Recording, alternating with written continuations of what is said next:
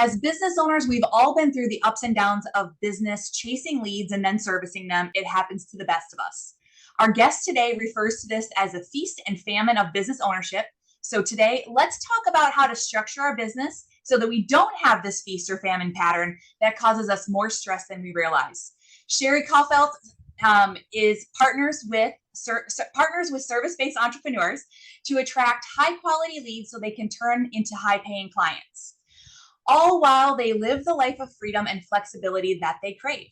Sherri is living her bucket list now, having sold her home and most of her possessions to travel the world, taking her coaching and consulting business with her, and she's never looked back. Leveraging her step-by-step Freedom Finder formula, that's a tongue twister, Sherri's clients create a customized plan to build around the lifestyle they want to create and the income it will take to support it. She is living proof that you can build a business that allows you to work when you want, from where you want, with the clients that you love. Please join me in welcoming Sherri Coffelt. Hi, Sherri. Hi there. I'm glad to be here, Brooke. Excellent. I'm glad to have you here too, because this is one of those things when I talk to business owners who have been in business for a long time, and their number one challenge is, I wish there weren't peaks and valleys. Like, I wish that I could just do what I do and everything else would just happen. Absolutely. And it's because of most of us as entrepreneurs, we're givers, right? We actually want to serve our clients. That's why we started our business. So that pattern of going out and getting a few clients and then basically dropping all of our marketing and going and serving those clients, because that's what we like to do best anyway. And then we look up and we realize we don't have any income coming in and we have to start all over again. We get back on the hamster wheel. So it's kind of natural. It happens, but it doesn't make it any easier. So what made you so passionate about living your bucket list now? Where did you come from and how did you get here? Yeah, well, I have been in this topsy-turvy world of entrepreneurship for over 20 years and have had several versions of my business in that time frame. And I found myself several years ago, prior to the pandemic, 2 or 3 years prior to the pandemic, realizing as I was updating my work for fall work for my vision for the next year. And I realized that once again, I was talking about how I wanted to travel full time. And yet here I had built a business, a very successful business that was largely dependent on me doing live speaking at the time. This was pre-pandemic, traveling all over, usually California and some other places. Excuse me. Traveling all over California and sometimes other places. And if I didn't do that, if I didn't do live speaking, live networking, then my leads dried up. So even though I teach as a part of my whole process, starting with your vision, starting with what you want your lifestyle to look like so that you can build your business to fit into that lifestyle, there I had unconsciously done exactly the opposite. And I have to tell you, it was a knock upside the head for sure. And it was one of those things that, like, once you see it, you can't unsee it. So I literally put my stake in the ground. Within 6 months, I totally re-engineered my marketing to go virtually 100% virtual, if you will. Had put my house on the market, sold it, put my stuff in storage, and was off to Australia for four months. And honestly, I've never looked back. The pandemic obviously put a little bit of crimp in my style on the travel, but I'm back to my travel now and absolutely loving it. But that's my bucket list, and your bucket list and everybody else's bucket list could be very different. I work with people that their bucket list is to be a full-time mom and have a business that can run from 9 to 3 and be with their kids 100% of the time outside of that, or military spouses that need a business that allows them to take it from state to state as their partners get transferred. So whatever your bucket list is, I've always been very passionate about you being able to have a business and live that lifestyle that you want to live. So where should we like to get into the nitty gritty here, Sherri? Absolutely. So where should we start to be able to build that business? Like, where are we at mindset wise, and how do we get there? Like, what's your formula? How do we do this? Yeah, well, I have what I call the freedom formula. And the two main parts of that formula, and one of them I've just mentioned, the two main parts are finding your freedom goal, which is you get to be clear on how much income you need to make in order to live the lifestyle you want to live. Now, that may not be what you're going to make today, but you need to know what you're working towards, because you can't hit a goal that you didn't set, right? So if you don't have clarity on that goal, how are you going to build a plan to get there? So that's the first one. The second part of it is really building that vision. And I talked about how I had the experience of, when I was doing my visioning process, realizing that I wasn't living by bucket list. Well, with the process that I help my clients with around vision, you write a letter to a friend that you haven't seen for a year or 5 years or whatever time frame you want to look at, and you write in that letter every single thing that has happened since you saw that friend last, that has had your life become exactly what you want it to be. So you basically talk to that friend as if it's already happened, right? And that, it's, first of all, it's so freeing, because you talked about mindset. The two things that I think mindset wise we have to be aware of is, one, it can happen, and shifting or reframing our belief that we can live our bucket list now and take our business with us. And then the second thing is getting a crystal clear picture of it, so that we have it as a touchstone when the going gets tough. Because we talked about the feast or famine cycle. When an entrepreneur is going like this, when you're at the bottom of that trough, that vision becomes your touchstone. People talk about your why. It becomes an embodiment of your why, because you talk about every area of your life. What's going on in your health, what's going on in your relationships, where are you living, what's your environment like, how are you spending your time on a daily basis, and then of course, how much wealth are you creating, and how does your business fit into that whole picture. So it really does take getting clarity on the life and the lifestyle you want to live before you ever start getting into the nitty-gritty of developing your business. And that is the absolute first step that you have to take. All right. So we're going to write a letter. Step number one, write a letter to someone that you haven't seen in a while, and in the future tense. Exactly. You act Okay. right as if it's already happened. Excellent. All right. So that's very doable. All right. So what stops us from being able to have a successful business and live our bucket list? Yeah, well, even if you have that vision, now you have to go live it. That old be do have, right? Um, and what stops most entrepreneurs are what I call the two biggest enemies, which are inconsistency and overwhelm. And I believe that inconsistency often leads to the overwhelm. Because what happens, and you know this, Brooke, there is so much noise out there today, there has been for a long time, that we get all these messages thrown at us day after day telling us that we have to do certain things as an entrepreneur.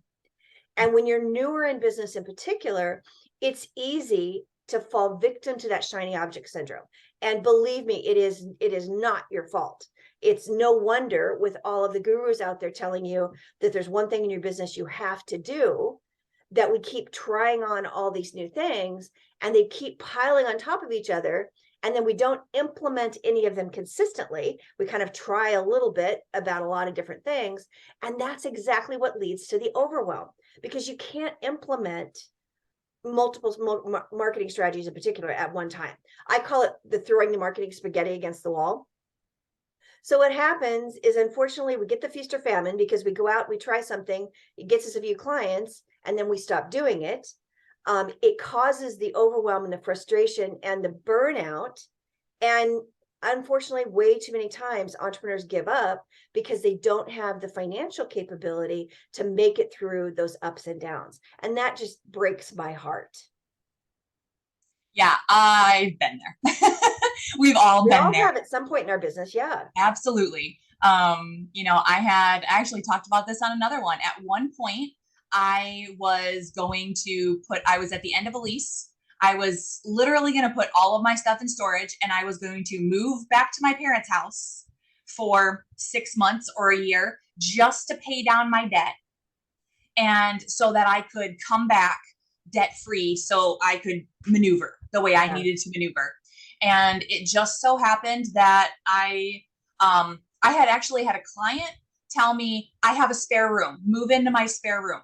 Wow. And then not too long after that, one of the speaking engagements that I did, I had this plan kind of in place for about a month, and I was 3 days away from my lease expiring. And I had a client from a talk that I did say, hey, Brooke, I'm ready. Right. So we're talking almost 12 months later. Yeah. He's ready. And he just happened to call me, and that was a $50,000 contract. That is so awesome. I'm curious, Brooke, had you kept in touch with him over that year? Yes. So, I mean, I have systems in place for that. So Right. even though I'm not as consistent as I want to be, or as, I'm definitely not as consistent as I want to be, because that's what I preach. And, so it's always been kind of a do what I do, not what I say type situation. Or no, do what I say, not what I do type situation. Has always been my thing. I need to get better at that. I bet you're awfully good compared to most. It's because it's always top of mind for me, because I'm telling people to do it all the time. Yeah. And I put systems in place to do that. My social media has been on autopilot for 3 years. Yeah. Right. And that's because that's what we do in our business. So I'm going to spend the time and the staff time to go through and do ours so that we're consistent the way I tell the clients to be. But I wasn't there with my emails. I wasn't there with my sales follow-up. I was like the typical business owner, 2-3 times of follow-up. And then I wasn't doing it the way I needed to. I know I need to hire a salesperson. I know that's my next hire. But just like all of my clients, we have to budget. And our clients come first, we come second. And that's the way it's always been. But we also know, like, we have to have one in order to get the other. Absolutely. So, and the thing is that you mentioned systems. And I know that that's what you're all about. It's not that difficult to put some simple systems in place. And even without simple systems, if you would at least be consistent on the strategies that you're implementing, then 99% of the work, not 99%, I'm going to say 80% of the work is already done for you, because just the action of taking action on a consistent basis gives you a lot of momentum, and momentum is a beautiful thing. And when you do that stop start of the feast and famine, where you go out and you say, I'm going to use, social media to drive my business, and you're active and out there and doing posts daily for 3 months, and then you get some clients. So then you stop posting altogether. When you come back, you have to start completely over again. And that's what makes it so difficult and takes so much time, quite frankly. So in the long run, it's costing you more time to not be consistent than you're saving. Absolutely. And that's why we try and do automated. That's why we try and do evergreen. That's where I push my small business owners to, so that their time that they spend isn't necessarily seen by other people. Right. So the consistency, in social media specifically, because that's kind of what we're talking about here, the posts go out every day. You don't physically have to do that piece as long as you've already put the stuff in place.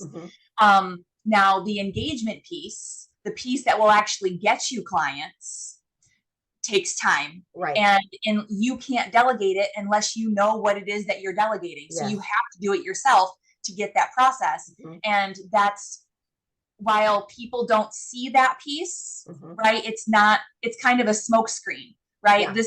This is where the feast or famine comes in. You can go on and you can be engaging and of value in all of the things and get 3 or 4 clients that you now have to service. But this is where I am betting your system comes into play. How do we not have those fluctuations? What are the keys to ending that? Yeah, and it's, you mentioned something in terms of the social media. The thing is that we can trick ourselves into believing that we're consistent by things like, I have, my VA putting up a meme post every day. But to your point, if you're not really engaging, then that's not going to turn into a client, or going to networking events and never following up, which I'm kind of stealing my own thunder here. But you have to make sure that consistent means really having a strategy and implementing on a day in and day out basis. It doesn't mean, I go to a networking event every month, but I never do anything with it. Does that make sense? Yeah, it's worthless to go to networking and then not follow up. Exactly. And actually you asked the question, what are the keys? And the keys are so simple. And then I always say it's simple, but it's not easy. And the 4 keys I always talk about, we've talked about one already, and that's starting with your vision. Because when you have that clarity on your vision, you know what you're working towards. And you can ask yourself the question, does this fit in with where I want to go with my vision? And that becomes, it just makes things so much easier. It gives you permission to say no to things. And that's huge. The second thing is using what I call the rule of 3. And the rule of 3 has been literally since Aristotle. There's been work that's been done that our brains are best designed to handle things in groups of 3. So we talk about 3 levels of your offer, or 3 different price points, or 3 choices for dinner tonight. You'll notice in the world, if you kind of become aware of it, that a lot of choices that people give us are in groups of 3. Well, the same thing is true when you're talking about prioritizing your activities in your business. So no more than 3 different offers. And hopefully they're actually embedded like Russian dolls. So it's easier for you and one offer fits into the next. Right. 3 marketing strategies, no more than 3. And that's tough for so many entrepreneurs because we like the shiny object and we like trying the latest new challenge. Chat GPT is out there now and everybody's flocking to that. Okay, it's a strategy, but is it the right strategy for you right now? So choose wisely. And then the third piece is implement those 3 things consistently. And that means building a plan that has due dates, that has accountability for you built in, whatever works best for you for accountability. That means having the resources that you need, hiring someone like you and your team to help you, because you can pay now or you can pay later, basically. And if you don't have support, then it's really hard to get the consistency. And then we just talked about the last one, which is the 4 key, and that's to have a bulletproof follow-up system. Again, it has to work for you, but you have to make sure that the things that you're doing in your business, that you have a way to keep top of mind with people and to follow up with the warm connections and the warm leads, like you staying in touch with your person that has been you talked to a year ago. That happens to me all the time. I mean, I have had people that have been on my list for 10-15 years, and they're still part of my community. And every once in a while, I even reach out to them. God forbid, people getting a phone call these days is pretty unusual, right? So, but people, they appreciate it, and it builds that relationship. So those are the 4 things that I would tell you in terms of keys to getting feast or famine behind you. Easy. Start with your vision. Keep it simple. Use the rule of 3 in everything you do. Implement consistent strategies that you have a plan around, and bulletproof your follow-up system. If you do those 4 things, and again, I know it's simple, but it's not easy, then I will virtually guarantee you that you'll have a consistent flow of leads that you can then turn into paying clients. Yeah, it's all about in those times when you have clients that are actually paying you, still doing the other stuff. Exactly. And that's where the systems come in that you talked about is, there are a lot of things that can be automated, or at least partially automated, and take advantage of technology. That's why it's there for. Technology is there to help you, to make your life easier. Yep. And there's a whole lot of ways to do it wrong. Yep. And there's a whole lot of ways to do it right. Mm-hmm. So, my biggest challenge with clients or people that I meet is, well, automation just sounds like it's not personal. Well, that's because you're not doing it right. Exactly. There's so many things that you get every single day that is automated that you respond to. Mm-hmm. And you have no idea that it's not from a person. Right. Or it's not from a person and you still respond to it because it asked you to. Yeah. So and most of what we do is from a person, because even if we're automating our emails in terms of when they go out and the follow-ups, we still put our heart and soul into the content. Absolutely. So so it is from us. It's just the technology is helping us deliver it in a timely, consistent basis. So I have one more follow-up question. Yeah. So what criteria should we use when we're choosing marketing strategies that work with what we're trying to do? Because there's so many.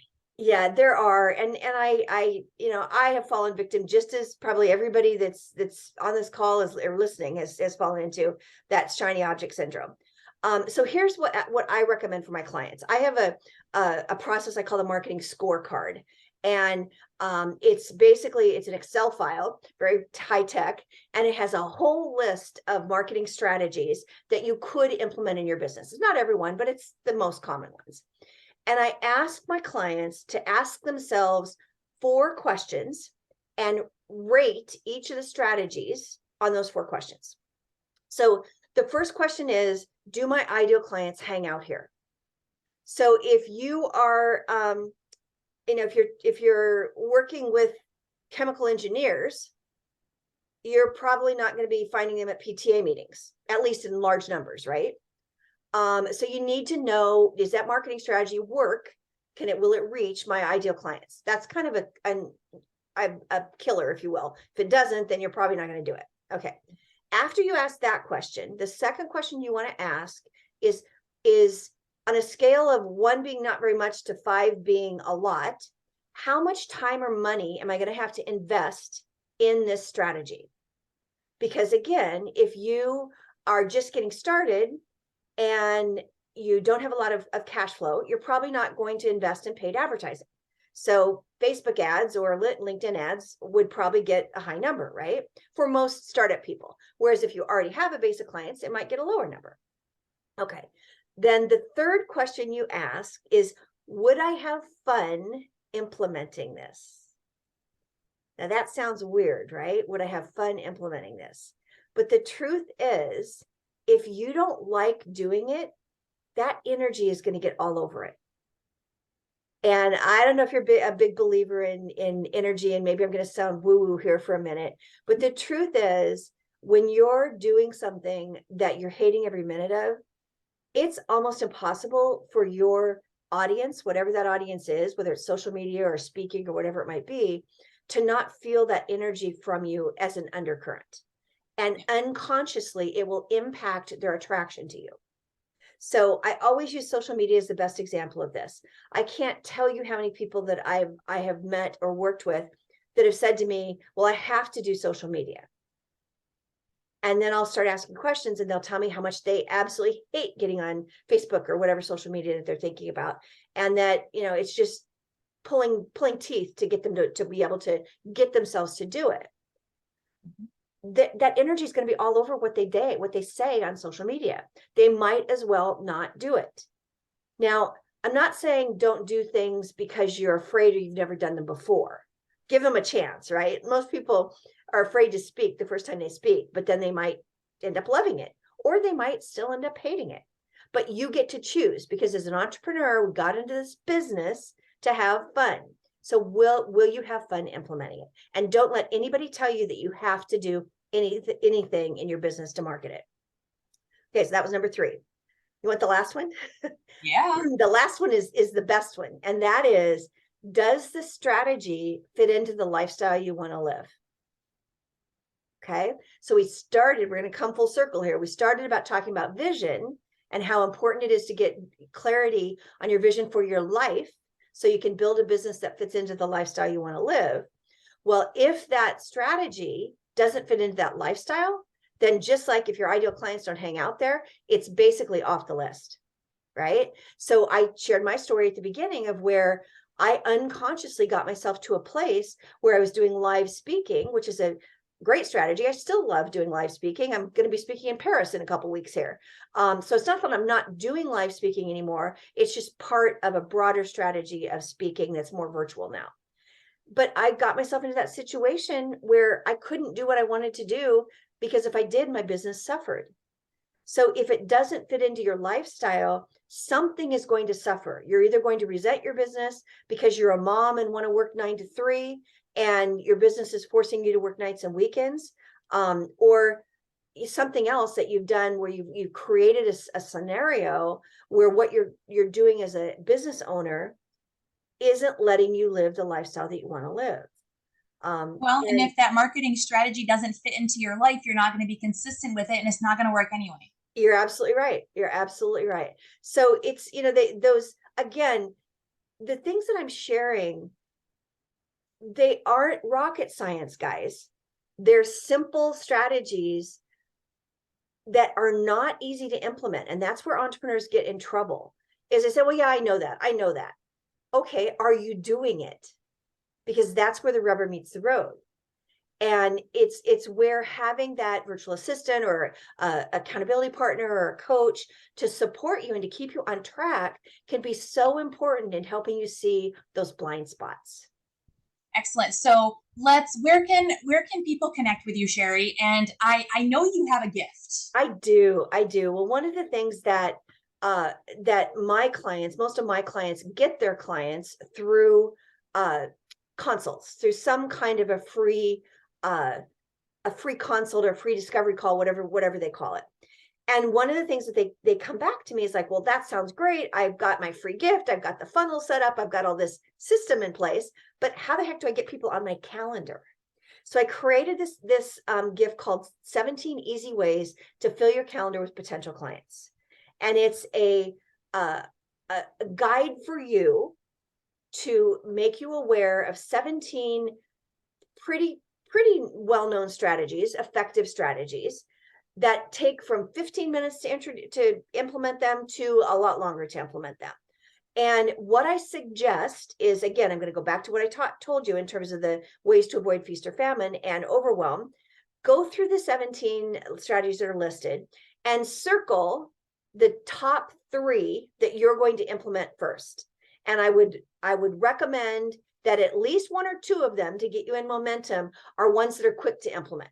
So an example I'll give you is that one of the tips is include a link to your discovery session in every email signature. That is so easy. You can implement it in 15 minutes and you're done with it. But you'd be surprised how many people don't do it.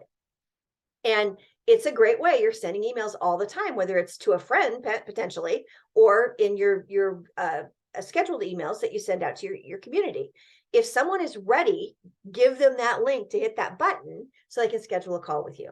And again, a lot of the other strategies can be implemented relatively quickly as well. So choose 3, implement them, and then you can implement another one. So don't try to implement all 17 at once. That will absolutely get you back into the overwhelm that we're trying to avoid.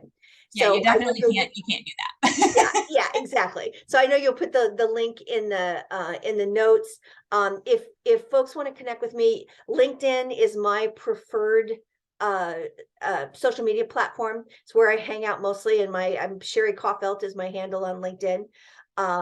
And yeah, and also you can always just reach out to me. I'm pretty easy to find. You can go to my website at resultspartner.com and schedule a call with me, or just reach out. I love supporting entrepreneurs. I love having conversations with entrepreneurs, and learning about all the different exciting businesses that are out there and how people are making a difference in the world, and turning it into a business.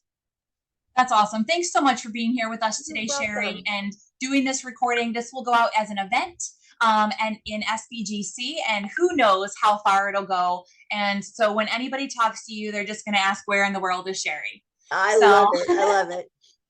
Thank you so much for being here. And we'll go ahead and end this recording. But for those of you that are watching, all you need to do is click below one of the links to get a hold of Sherri, or to get her 17 easy ways to fill your calendar with potential clients worksheet, and start being consistent with your marketing so that we can avoid all of those ups and downs of business, the business roller coaster, right? Absolutely. So thank you so much, Sherri. Have a great day, everyone.